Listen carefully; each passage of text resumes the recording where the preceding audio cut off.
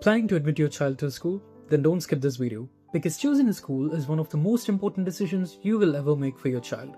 And over the next few weeks, we are going to discuss this topic through a 4-part series.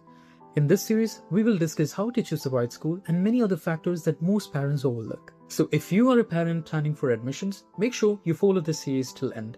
Now, before we discuss how to choose a school, let's first ask a very important question. What do we actually expect from school? Because a school is much more than a building. A school is going to become the second home for a child. A child spends nearly 15 years of their life inside a school. And for many students, they spend more waking hours with teachers and classmates than with their own family.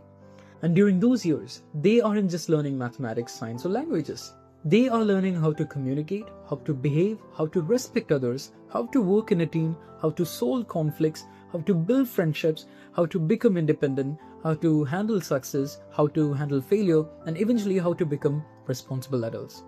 That is why choosing a school is not simply choosing a place to study. You are choosing an environment that will shape your child.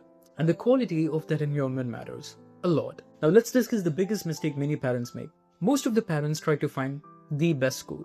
But honestly, I don't think there is one school that is best for every child. Because every child is different. Every child learns differently. And every child has different strengths and weaknesses, different interests, different dreams, different emotional needs. The school that helps one child thrive may be completely unsuitable for the other. And that is why the goal should not be finding the best school. The goal should be finding the right school for your child. A child who loves sports may require a completely different environment from a child who is deeply interested in academics. A child who needs additional emotional support may require a different environment from a child who is highly independent. A child with special education needs may require completely different support systems. Yet many parents simply choose the school with the highest results and hope for the best. School selection should always begin with understanding your child first. Only then you should start evaluating school. Now let's talk about academics. Because academics do matter, but academics should never be the only thing that matters. Many parents choose school based entirely on board examination results. How many A1s or A+, or how many toppers are there, what's the pass percentage? These are important questions, but they are not enough. School should not only produce toppers, a school should help every child improve. Instead of that, parents should ask, how does school support average students? How does the school help weaker students? How does the school identify learning gaps? How does the school measure student growth? Because most children are not toppers, and schools should not be designed only for toppers. So the real question is, does this school help students become better than they were yesterday? One thing I've noticed over the years is that many parents automatically assume that state board schools provide lower quality education. I don't agree with that assumption. I studied in a CBSE private school myself. However, over the years, I have taught and interacted with students from different boards. And from that experience, I have seen exceptional students coming from every educational system. In fact, many state board schools do several things remarkably well. They expose students to different social backgrounds. They help students stay connected to their communities.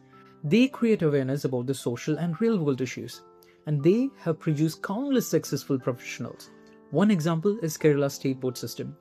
While it may not always receive the same attentions as some premium private schools, it has consistently produced capable students across different fields. Now, does that mean every state board school is perfect? Of course not.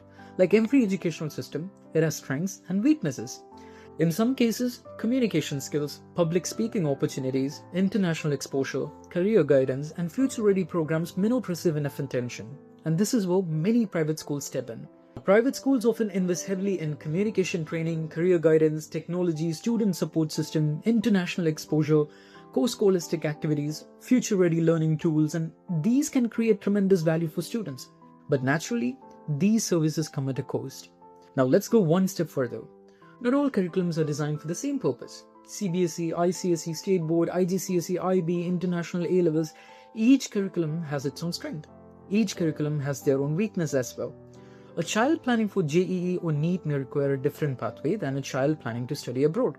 A child who needs flexibility may require a completely different system. A child who enjoys a project-based learning may thrive in one curriculum while struggling in another. So instead of asking which curriculum is the best, ask which curriculum fits my child's future.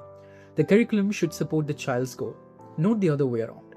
Now let's discuss something parents talk about all the time, fees. And honestly, some schools do charge extremely high fees, sometimes unnecessarily high. But at the same time, quality education is not free. Good teachers cost money. Technology costs money. Training costs money. Safety system costs money. Student support systems cost money. Career guidance costs money. So the real question is not how much does the school cost. The real question is, what value am I getting for what I'm paying? There are schools charging high fees and delivering excellent value. There are schools charging moderate fees and delivering excellent value as well. And there are schools charging premium fees while delivering very little. Parents must evaluate value, not just price. Also remember that school fees are not the only cost. You should check the admission fees, annual fees, books, uniform, transport, digital platform charges, educational trips, activity fees, and any other hidden expenses. A school should support your child, not create unnecessary financial stress for the family. Now let's talk about what I personally believe is the most important factor: teachers. A school can have smart classrooms, beautiful buildings, large campuses, fancy advertisements, but none of this can actually replace a good teacher. Teachers are the heart of every school. Parents should ask, are teachers experienced? Are they approachable? Do they encourage questions? Do they genuinely care about the student growth? Do they make learning enjoyable? Because students don't learn from buildings, students learn from teachers, and one excellent teacher can completely change a child's future. And this brings us to another point many parents never ask. How long do teachers stay in the school? Whenever schools try to reduce cost aggressively, teachers are often the first people affected. Lower salaries, higher workloads, more administrative responsibilities, longer working hours, and eventually, good teachers leave. And when good teachers leave, students suffer. And that is why parents should not ask only about fees. They should also ask, how long do teachers usually stay here? Do teachers remain here for years? Or do teachers keep changing every few months? Because consistency matters. Relationships matter. Mentorship matters.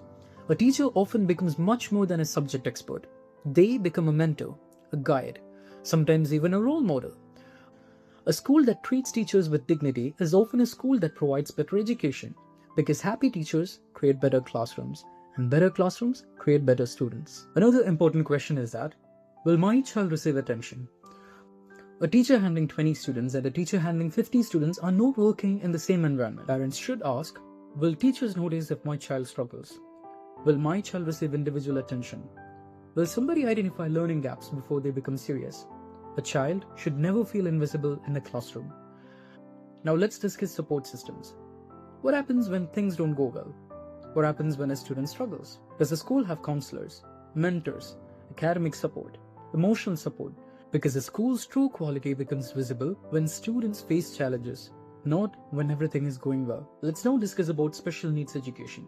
This is an area many parents overlook.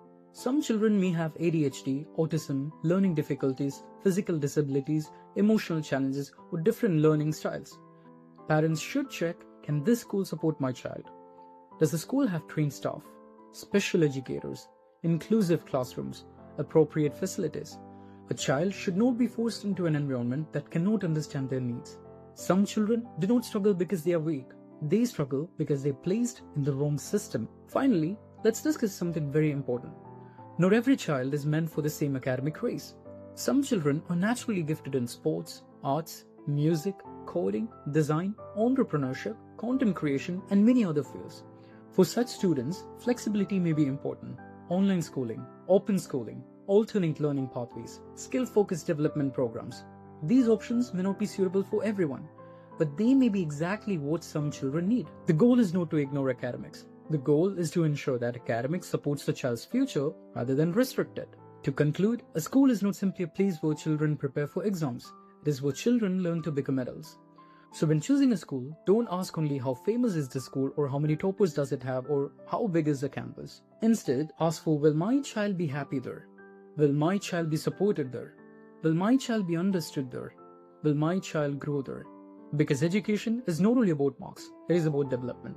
And in the next episode, we will discuss something equally important, school culture and why these factors matter far more than parents realize. And if you would like personalized guidance regarding school selection, curriculum choices, career planning, or future academic pathways, you can now book a one-on-one guidance session through ZabsLearn. See you in episode 2.